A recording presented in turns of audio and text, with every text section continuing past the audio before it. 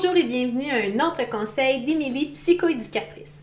Aujourd'hui, j'aimerais que vous fassiez un petit travail de conscientisation. J'aimerais ça que vous me disiez si vous êtes le genre de personne à prendre soin de tout le monde autour de vous. Êtes-vous le genre de personne à traiter les autres avec indulgence, à les supporter, à les conseiller? Êtes-vous du genre aussi à mettre tous les autres à l'avant et vous laisser un petit peu à l'arrière? Si ça vous parle, eh bien, écoutez la suite. Parce que souvent, ce type de personne-là va énormément se rabaisser, se juger négativement dans sa tête. Hein? Par exemple, quand vous avez une difficulté dans votre vie, vous allez vous traiter difficilement dans votre tête. Vous allez vous dire, bon, c'est ça, ça t'arrive toujours à toi, qu'est-ce qu'il y a là, t'es pas assez compétente. Ça va être très négatif ce que vous allez vous dire. Moi, j'appelle ça de l'auto-flagellation. C'est comme si vous donniez des conséquences intellectuelles vous-même. Je trouve ça déplorable que vous soyez si méchant avec vous quand vous êtes capable d'être si généreux et gentil envers les autres. C'est comme si vous vous disiez que vous n'en valiez pas la peine, que c'était normal ce que vous accomplissiez parce que les autres autour aussi probablement que l'accomplissent à tous les jours. Alors, c'est pas une si grosse réussite que de faire un bon souper ou que de bien gérer son temps ou d'avoir élevé ses enfants, ou non, arrêtez les comparaisons. Essayez de vous trouver des qualités. Essayez de vous traiter comme vous traiteriez votre meilleur ami ou les gens de votre famille. Hein? Diminuez les exigences, prenez la barre très très haute et mettez-la à un endroit raisonnable où quand vous allez faire une réussite, vous allez pouvoir vous féliciter. C'est super important. Comment on change ce genre de pattern-là?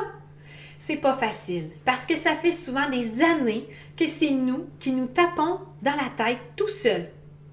Des fois, ça commence quand on est tout petit, puis que c'est nos parents qui disent des commentaires comme « On sait bien, t'es gaffeuse »,« On sait bien, t'oublies toujours tout, tête de linotte » ou « Bon, c'est ça, t'as pas encore une bonne note comme ta sœur ». Alors là, tous les mots négatifs qu'on s'est fait dire dans notre enfance, une fois que nos parents sont sortis de notre vie, malheureusement, on continue à se les dire. Mais ce qui est bien là-dedans, c'est que vu que ça se passe dans votre tête, vous pouvez mettre les efforts et appliquer des stratégies qui vont faire en sorte que vous allez freiner ce petit démon intérieur qui va être remplacé par votre ange qui va vous dire des petits compliments. Au départ, votre ange va parler avec une toute petite voix, puis il ne se fera pas entendre. Puis votre démon, lui, il va être à côté, puis il va parler super fort, puis il va vous traiter de plein de noms. C'est normal. Mais ce qu'on veut, c'est rétablir l'équilibre pour après ça réussir à pichenoter notre petit diable et s'en débarrasser pour toujours. Alors, j'aimerais ça que la prochaine fois que vous vous entendez penser négativement, vous vous disiez « Stop!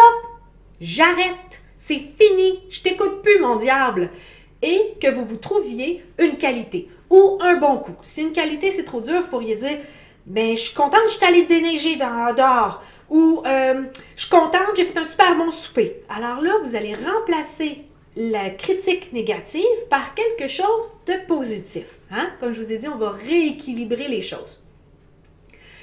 J'aimerais ça aussi que quand vous vous entendez vous critiquer dans votre tête, vous vous imaginiez quelque chose.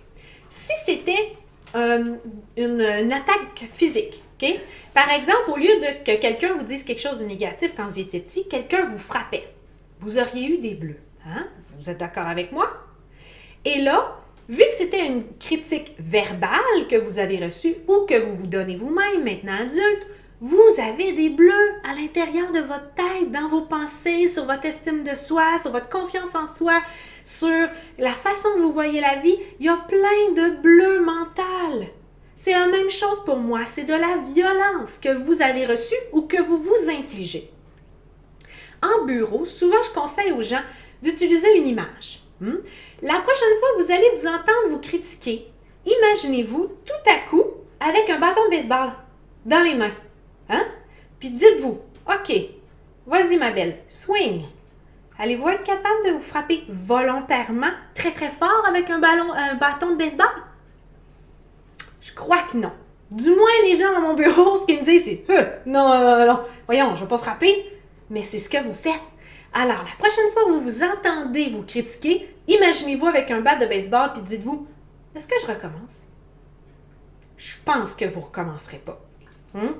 Vous allez devoir toujours mettre un frein à ce discours-là et le remplacer par quelque chose de positif. Mais j'ai confiance en vous.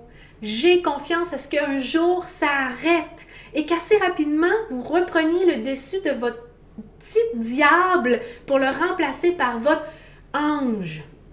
Mais pour ça, commencez par vous faire confiance. Ayez de la gratitude envers vous-même. Vous êtes bon, vous êtes compétent. Croyez-le, reconnaissez-le pour vous-même. Sur ce, je vous souhaite une excellente semaine et à la semaine prochaine pour un autre conseil d'Émilie, psychoéducatrice.